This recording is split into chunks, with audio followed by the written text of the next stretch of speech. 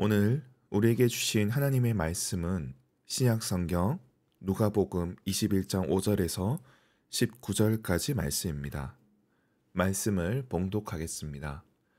어떤 사람들이 성전을 가리켜 그 아름다운 돌과 헌물로 꾸민 것을 말하매 예수께서 이르시되 너희 보는 이것들이 날이 이르면 돌 하나도 돌 위에 남지 않고 다 무너뜨려지리라. 그들이 물어 이르되 선생님이여 그러면 어느 때에 이런 일이 있겠사오며 이런 일이 일어나려 할 때에 무슨 징조가 있사오리이까. 이르시되 미혹을 받지 않도록 주의하라. 많은 사람이 내 이름으로 와서 이르되 내가 그라하며 때가 가까이 왔다 하겠으나 그들은 따르지 말라. 난리와 소요의 소문을 들을 때에 두려워하지 말라. 이 일이 먼저 있어야 하되 끝은 곧 되지 아니하리라. 또 이르시되 민족이 민족을 나라가 나라를 대적하여 일어나겠고 곳곳에 큰 지진과 기근과 전염병이 있겠고 또 무서운 일과 하늘로부터 큰 징조들이 있으리라.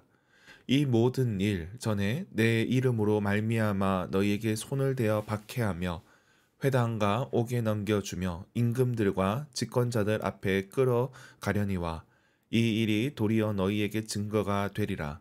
그러므로 너희는 변명할 것을 미리 궁리하지 않도록 명심하라. 내가 너희의 모든 대적이 능히 대항하거나 변박할 수 없는 구변과 지혜를 너희에게 주리라. 심지어 부모와 형제와 친척과 벗이 너희를 넘겨주어 너희 중에 몇을 죽이게 하겠고 또 너희가 내 이름으로 말미암아 모든 사람에게 미움을 받을 것이나 너희 머리털 하나도 상하지 아니하리라. 너희의 인내로 너희 영혼을 얻으리라. 아멘. 오늘 본문은 성전 파괴에 대한 예언을 다루고 있습니다. 유대인들에게 성전은 자부심의 근원이었습니다. 이방인이 보기에도 놀랄 만큼 그 규모도 아름다움도 대단했습니다. 성전이 있다는 것만으로도 하나님이 함께 하신다는 확신이 생겼습니다. 그런 성전을 가리켜 예수님은 심판을 선포하십니다. 그 내용을 살펴보겠습니다. 오늘 본문의 시작은 성전의 아름다움을 자랑하는 말로 시작합니다. 그 아름다운 돌과 헌물로 꾸민 것을 말할 때 예수님은 돌 하나도 돌 위에 남지 않게 될 것을 말씀합니다. 유대인들에게 있어서 성전이 무너진다는 것은 종말을 뜻합니다. 그들 세계 전체가 무너져 내리는 것이기도 합니다.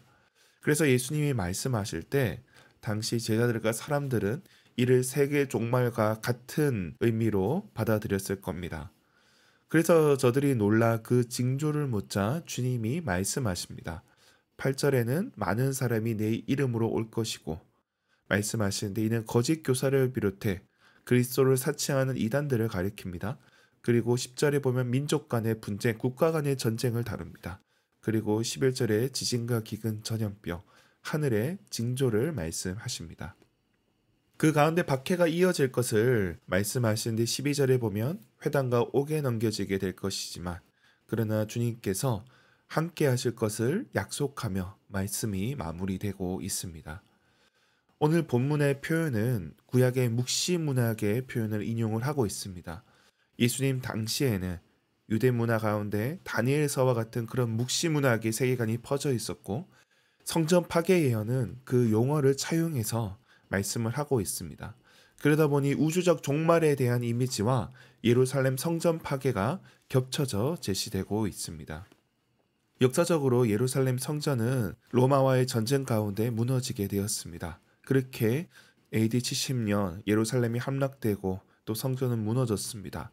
유대인들이 자랑하고 자부심을 가졌던 성전은 그렇게 파괴되었습니다. 초대교회는 예수님의 이러한 말씀을 기억했고 미리 피할 수 있었습니다. 전쟁이 심해지기 전 미리 피난 갔다는 내용이 전해지고 있습니다. 복음서를 살펴보면 마가복음 같은 경우에는 성전이 무너지기 전에 기록된 것을 볼 수가 있습니다.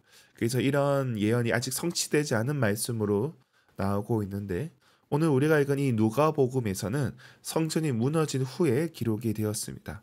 그런 가운데 이 말씀은 예수님의 예언이 성취된 것이기도 하지만 앞으로 로마 제국 내에서 겪게 될 여러 박해를 초점을 두고 말씀을 읽어 나갈 수 있습니다.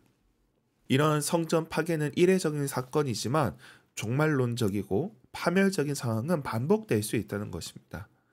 이 사람들은 예루살렘이 함락될 때에도 마치 세상에 종말이 오는 것과 같은 그런 충격으로 받아들였지만, 그러나 약속 속에서 이러한 일들은 반복적으로 일어납니다. 로마 제국 내에 박해를 받을 때도 그랬고, 또 로마 제국이 무너질 때도 사람들은 그런 충격을 받았습니다. 이 가까운 과거를 살펴보더라도 과거 세계대전 속에서 사람들은 그런 고통을 겪어야만 했고, 또 냉전 중에는 핵전쟁의 공포 속에서 종말의 시대를 살아야 했습니다.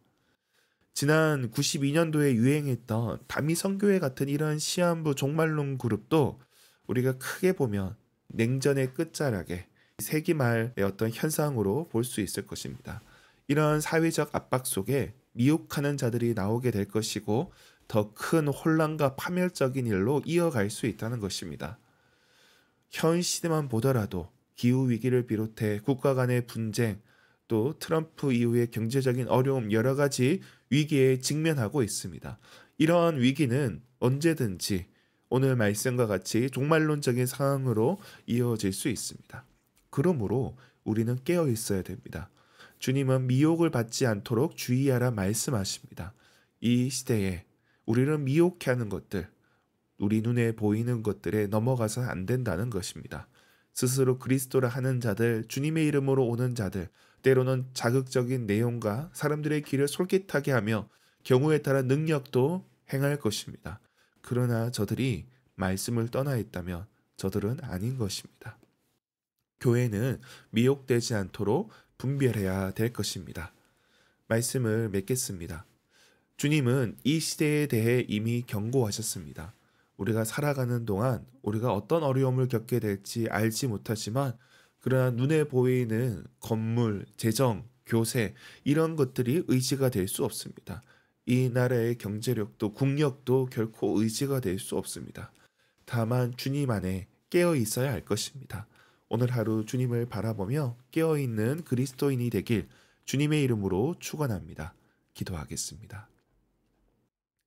하나님 아버지, 이 혼란한 시대 가운데 저희로 하여금 깨어있게 하여 주시옵소서.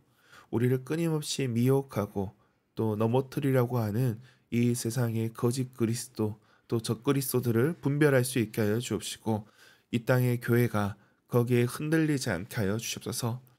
주님, 이 땅의 교회가 세상의 이념과 정치 또는 각종 이데올로기에 사로잡히는 것이 아니라 오직 십자가의 사랑만 전하게 하여 주시옵소서. 오직 예수 그리스도께서 보여주신 그 사랑과 용서를 전하는 교회 되게 하여 주시옵소서. 주님 오시기까지 흔들리지 않게 하여 주시옵소서. 이 시대 가운데 교회가 길을 제시할 수 있게 하여 주시옵소서. 이 나라를 위해 기도합니다.